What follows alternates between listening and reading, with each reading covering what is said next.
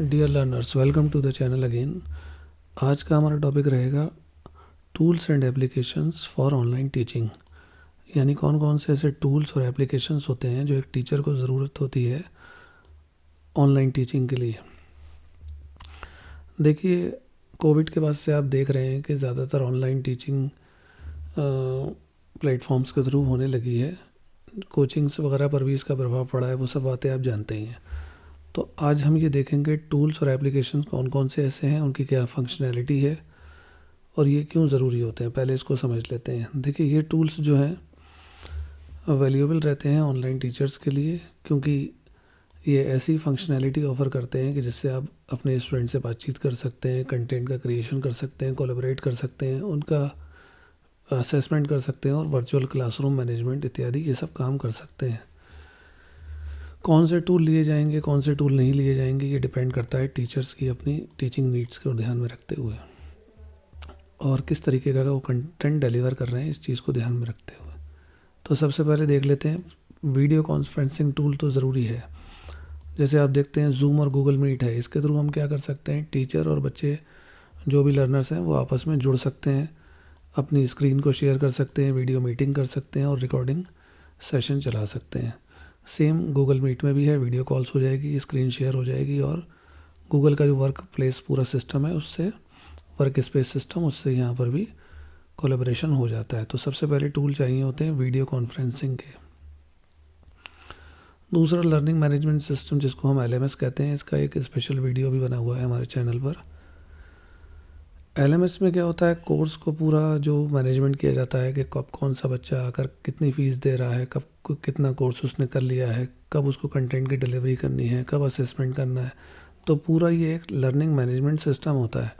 यानी हर स्टूडेंट के लिए अलग अलग सिस्टम इसमें बनाए जाते हैं और फीस स्ट्रक्चर, कब कौन सा किसको एक्सेस कर सकता है, कौन स्टूडेंट किस कोर्स को एक्सेस करेगा, कब करेगा, कब कौन सा कंटेंट शेड्यूल किया हुआ है, ये तमाम चीज़ें जो हैं लर्निंग मैनेजमेंट सिस्टम में आती हैं। तो ये भी हमें एक चाहिए होता है। इसको हम समझ सकते हैं आसान भाषा में, जैसे गूगल क्लासरूम है हमारा। तो गूगल क्लासरूम एक लर्निंग मैनेजमेंट सिस्टम है। आप उसमें असाइनमेंट देते हैं, असाइनमेंट की डेट्स, डेडलाइंस निर्धारित करते हैं, उसके बाद में आप बच्चों को उसमें ऐड भी करते जाते हैं और घटाते भी हैं।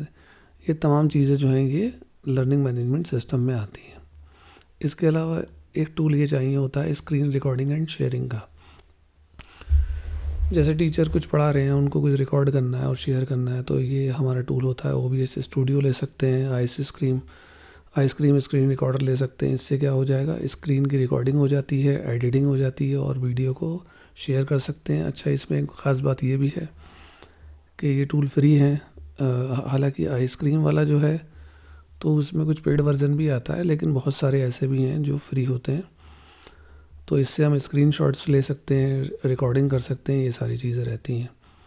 इसके अलावा टीचर को चाहिए होता है इंटरेक्टिव वाइट बोर्ड सॉफ्टवेयर। मान लीजिए कुछ लिख कर दिखाना है और राइटिंग करनी है, तो उसके लिए राइटिंग पैड की भी तो ज़रूरत पड़ेगी, लेकिन हम यहाँ ऑनलाइन की बात कर रहे हैं।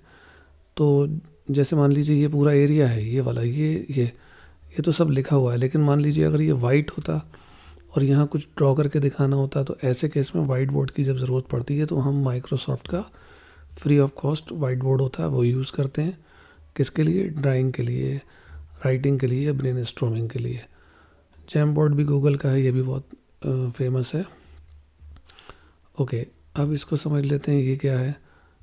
Document collaboration and sharing. मान लीजिए आप डॉक्यूमेंट को शेयर करना चाह रहे हैं या फिर कोलैबोरेट करना चाह रहे हैं, तो इसके लिए आप गूगल का वर्क स्पेस सिस्टम यूज़ कर सकते हैं, जहाँ पर आप गूगल के docs file, sheets file, slides files को और प्रेजेंटेशन को, स्प्रेडशीट्स को शेयर कर सकते हैं। माइक्रोसॉफ्ट का पूरा ये ऑफिस 365 है। इसके लिए आपको पहले आउटलुक की एक ईमेल आईडी बनानी होगी और उसके बाद में आप सारी सुविधाओं को यूज़ कर सकते हैं। क्लाउड बेस्ड सिस्टम होता है, जैसे गूगल ड्राइव होता है हमारा, सेम वही चीज़ यहाँ रहती है इसमें। इसके बाद में ऑनलाइन टीचिंग के लिए एक टूल की ज़रूरत होती है, ऑनलाइन असेसमेंट टूल। जैसे बच्चों को आपने कुछ भी पढ़ाया और पढ़ाने के बाद आप उनका असेसमेंट करना चाह रहे हैं कि किस तरीके से है, क्या है, तो क्विज़ीज़ हो गया, काहूत हो गया। ये काहूत तो इस बार UGC नेट में भी आया था, मैं देख रहा था। तो इसमें क्या कर सकते हैं, आप क्विज़ दे सकते हैं। जैसे आजकल देख रहे हैं आप, ओपन यूनिवर्सिटीज़ हैं, वो लास्ट टाइम पर क्या कराती हैं, सीधे सीधे MCQs करा लेती हैं और उसी से अंदाज़ा लगा लेते हैं। जैसे कोविड में कर रहे थे कि मल्टी चॉइस क्वेश्चन दे दिए और उसके बाद में उनका असेसमेंट कर लिया। तो ये काहूत हो गया, क्विज़िस हो गया, इसके थ्रू पर हम क्या कर सकते हैं, ऑनलाइन असेसमेंट कर सकते हैं। तो ये भी ऑनलाइन टीचिंग के लिए एक महत्वपूर्ण टूल रहेगा। इसमें से ज़्यादातर सब फ्री होते हैं, कुछ के लिए आपको प्रो वर्जन लेना होता है, तो वो एक अलग बात है।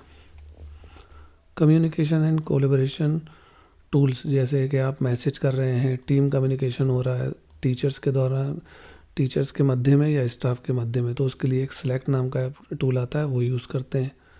माइक्रोसॉफ्ट का टीम आता है, उसको यूज़ करते हैं किस लिए, कि आप चैट कर सकते हैं, मीटिंग कर सकते हैं, फाइल शेयर कर सकते हैं, ऐप इंटीग्रेशन कर सकते हैं, ये सारी चीज़ों की ज़रूरत पड़ती है। Virtual classroom tools, virtual classroom tools इसलिए होते हैं कि ताकि आप रिसोर्सेज को शेयर कर सकें, एक वर्चुअल क्लासरूम बना सकें, डिस्कशन कर सकें आपस में। क्लास डोजो इसका और एडमोडो, ये दोनों इसके उदाहरण हैं। क्लास डोजो से भी क्या होता है कि कम्युनिकेशन को सपोर्ट मिलती है, किसके बीच में, टीचर्स के, स्टूडेंट के और पेरेंट्स के, और आप उनके बिहेवियर को ट्रैक कर सकते हैं और आप उन्हें रिवॉर्ड भी दे सकते हैं, उसको ट्रैक कर सकते हैं। तो ये कुछ इंपॉर्टेंट टूल्स एंड एप्लीकेशंस हैं जो ऑनलाइन टीचिंग में यूज़ होते हैं। Thank you so much.